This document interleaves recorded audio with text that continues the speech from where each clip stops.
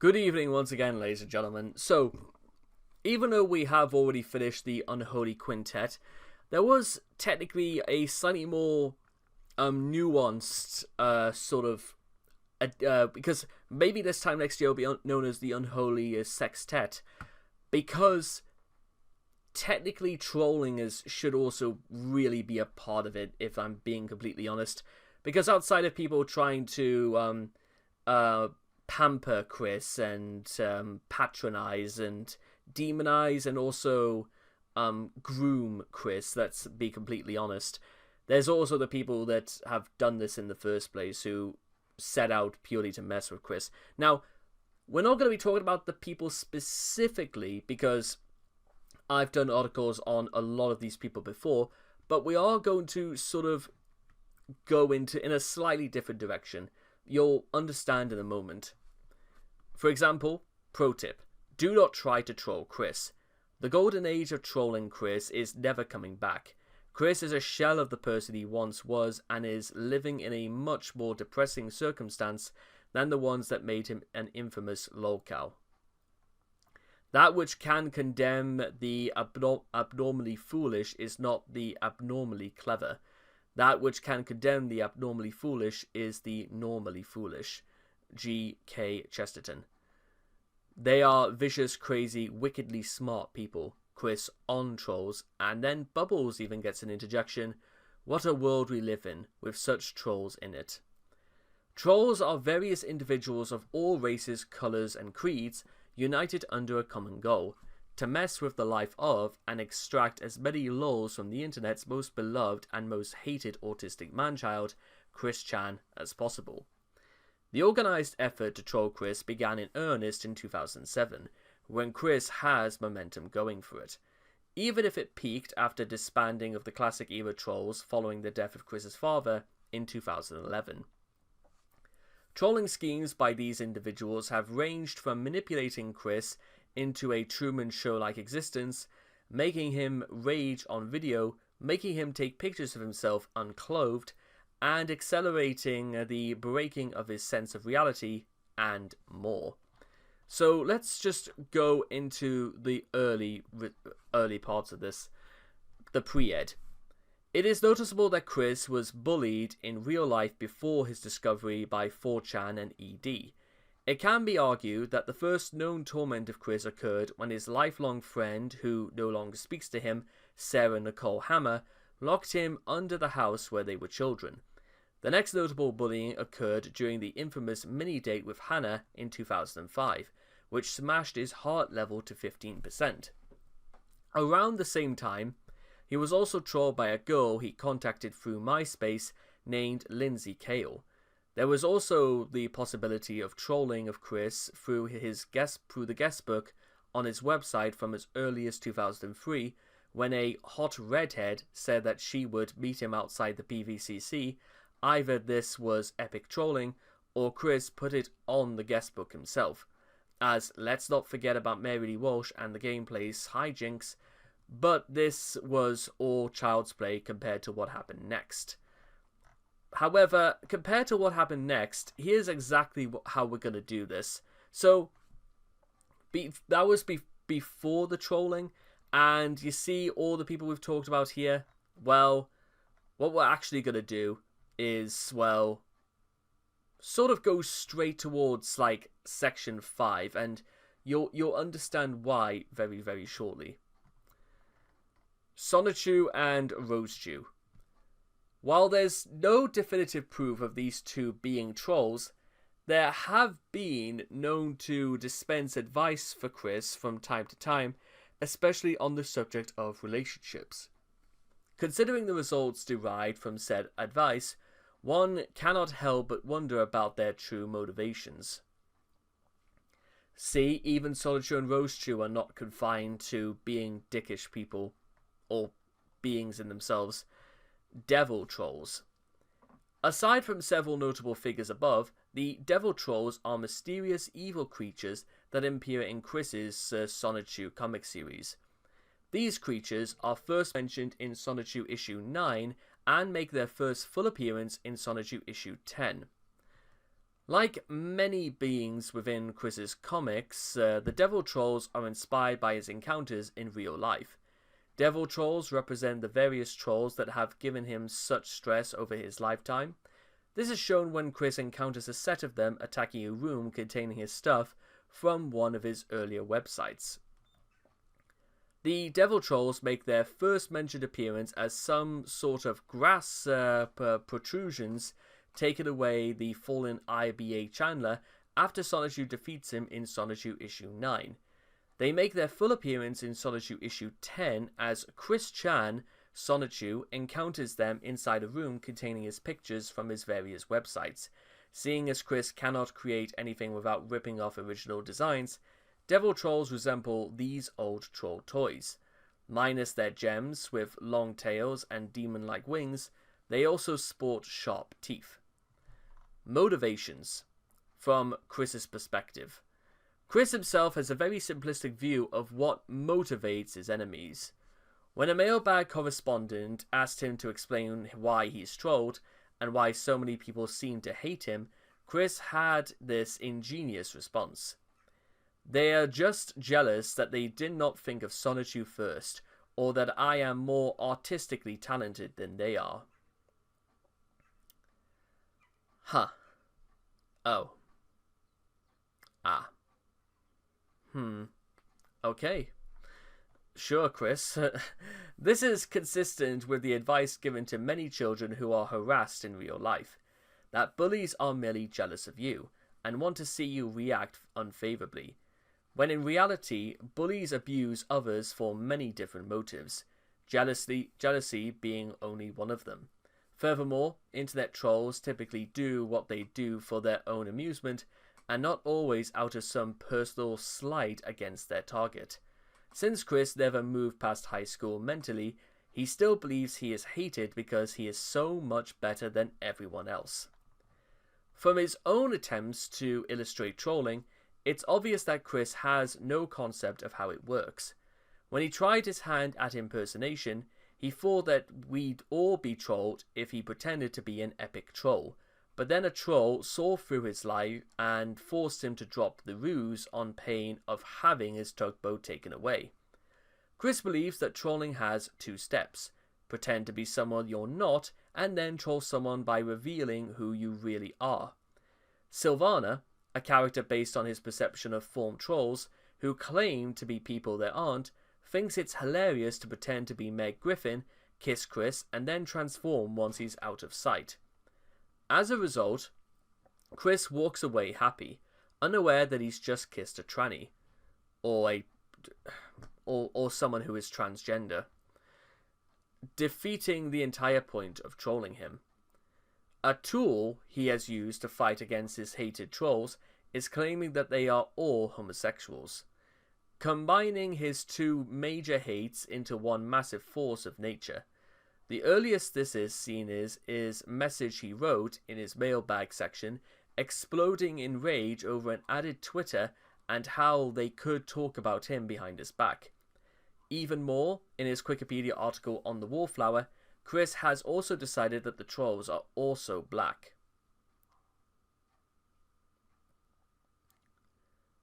Right.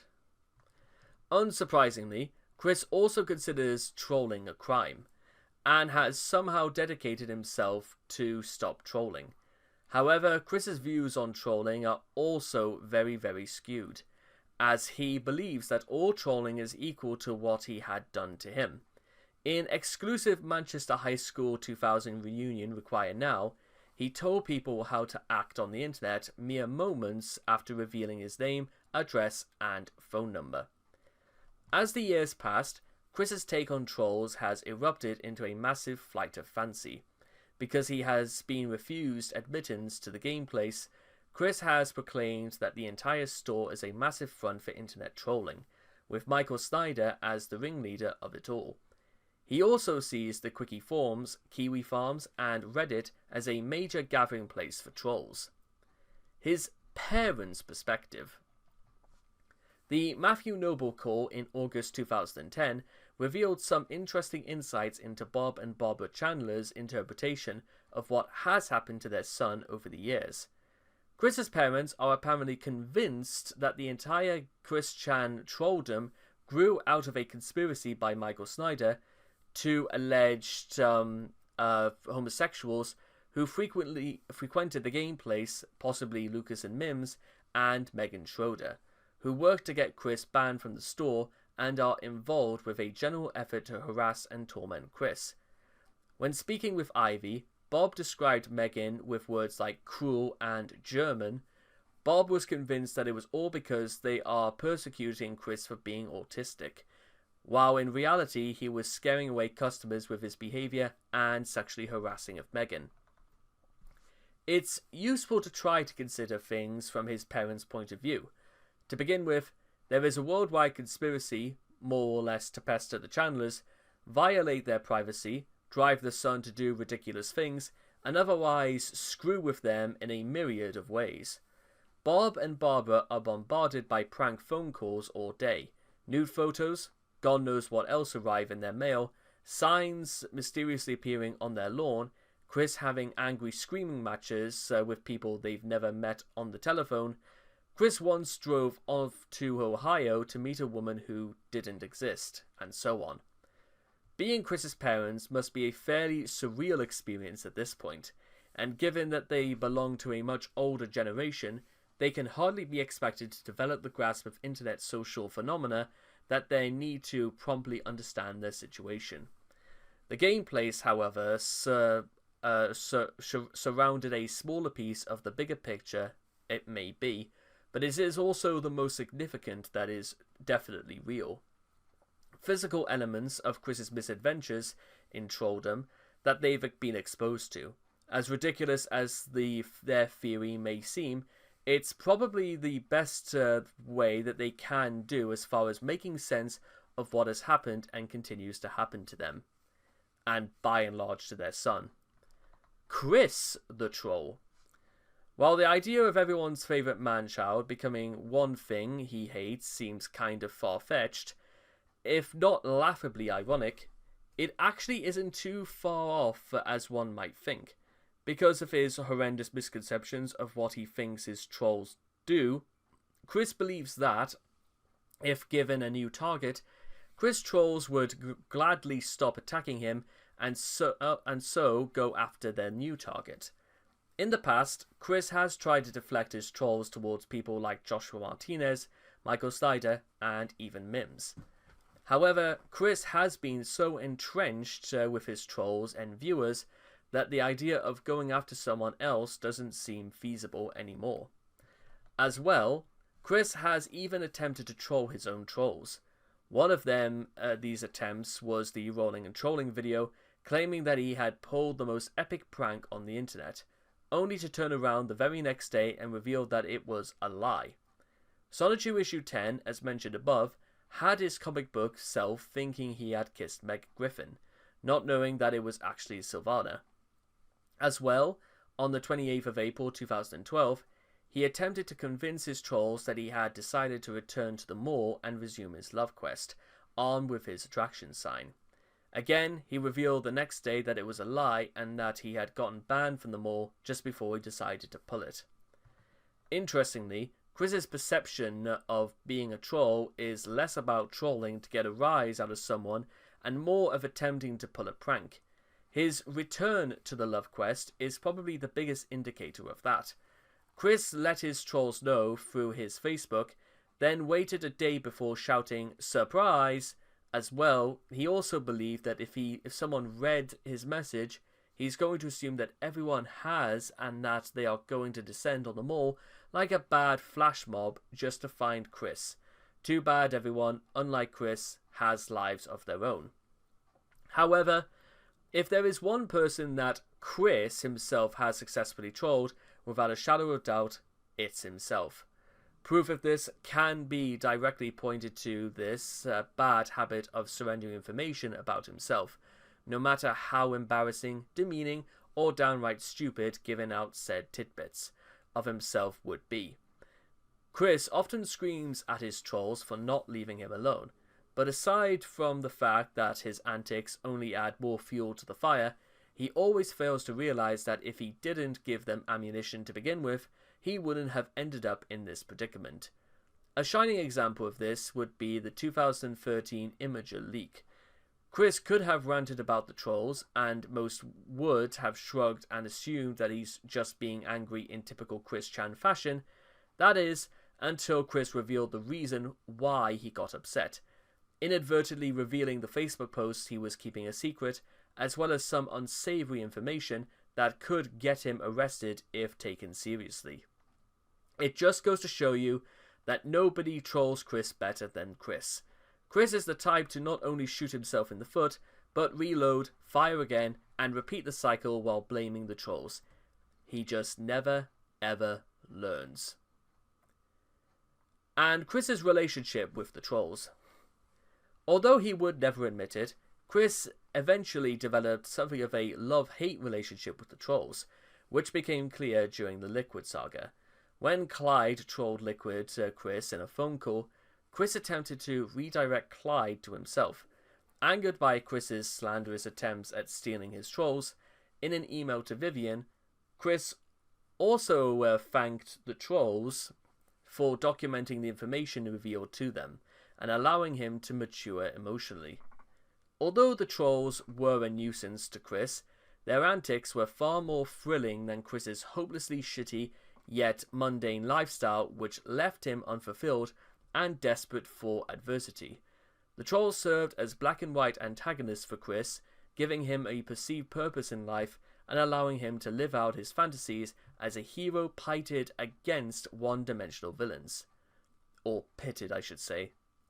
This was likely a factor in Chris's susceptibility to trolling. Eventually, Chris's desire for a more exciting life of heroes fighting against villains was fully exploited by the idea guys and other enablers. As a result, Chris now believes that he already leads the same life as his fantasy counterpart, and has lost interest in traditional trolls. He even started thanking them for helping him discover his true self. By today's standards, since the death of Chris's father, the loss of his home, and his plummet to the breadline, Chris has changed profoundly.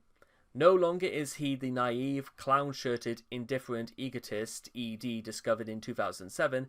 Instead, he is a jaded, chronically depressed, cross-dressing child trapped in an adult's body, who is not as susceptible to, capable of dealing with, and arguably as deserving of trolling as he used to be. Many of those who continue to follow his activities are beginning to opine that he has suffered enough and that active trolling, even where it is successful, doesn't produce the results it used to, takes more effort generally to his inflated paranoia, tends to lead to small groups monopolizing Chris and hoarding the information they gather, as happened with Blanca and Catherine, and in some cases causes needless emotional damage to Chris. For example, the revelation that Chris's latest girlfriend, Catherine, was yet another troll persona in early November 2014 provoked disgust and disappointment, as many felt that not only was it unoriginal and no longer funny, but the trolls had spent weeks, if not months, stringing him along and toying with him, including tricking him into groveling for Catherine's continued affection. Many felt this amounted to emotional abuse of an already broken and miserable shell of a man. Some were even disappointed as they felt that after all Chris had gone through, he deserved a lucky break, and a real relationship for a change. Further, this was accompanied by the revelation that the same group of trolls had also fabricated Chris's denunciation by his high school friends, leading to many questioning the morality of impersonating Chris's old friends just to get a reaction out of him. And of course, the terrifying Orwellian nightmare that such trolling has left Chris in, as virtually every aspect of Chris's social life is engineered by trolls, and he has no way of knowing what or who is real, even his own family. Chris's transformation has also coincided with, and perhaps influenced, a shift in trolling. Active chronic trolling, such as Chris has never experienced, is now generally looked down upon as weaning and attention whoring. Instead, it has become more fashionable to leave a lolcow like Chris to their own devices, for the most part, and observe rather than continually provoke. Proponents notes that major events in Chris's life have happened independent of troll influence, such as him burning down his own home, his various outings to Charlottesville and beyond, and many subsequent IRL bans. His bizarre dealings with Mary Lee Walsh, and of course the infamous 28th October 2011 and 26 December 2014 incidents. It can also be argued that much, if not most, of the trolling that Chris experienced since his discovery in 2007 was weaning as well. Yeah, so the change, if you will, in behavior influenced by Chris probably since the very beginning, it's also probable to see why it's long term, even after 20 years, it's not a good look. It's probably not a good idea, and it's something that, to be honest, if they ever found out who the real Clyde Cash was, I'm pretty sure there would be some sort of like legal dealings and stuff like that, considering the things that we unfortunately do know and many of the things that we suspect but have no idea if, and probably we might probably be more than horrified to know why or how. So with all that being said, I'm actually going to add this onto the Holy Quintet, so this becomes the Holy Sextet, because I think even when such a time as maybe 20 years has sort of gone by, I reckon we'll probably be adding this to the list and heavily discouraging it. But with all that being said, I'll see all of you guys again next time. Thank you.